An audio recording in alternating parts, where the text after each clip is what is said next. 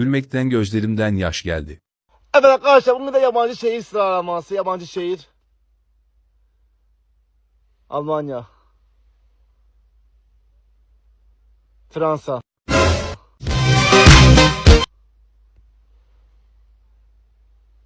İstanbul.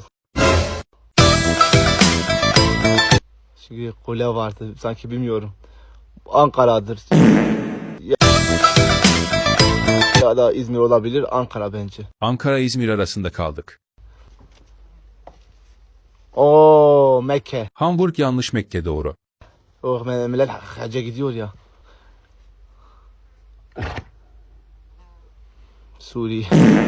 Abi ben Suriye, Esad, bum bum. Burası %100 çünkü hep yeşillik var. O kalabalık bir şey. Diyarbakır olabilir bence. İmamu Ali bil Esad Beşşar. Diyarbakır. Burası da deniz varsa nere olabilir? Neresi denizi var? Batman. Dağ başında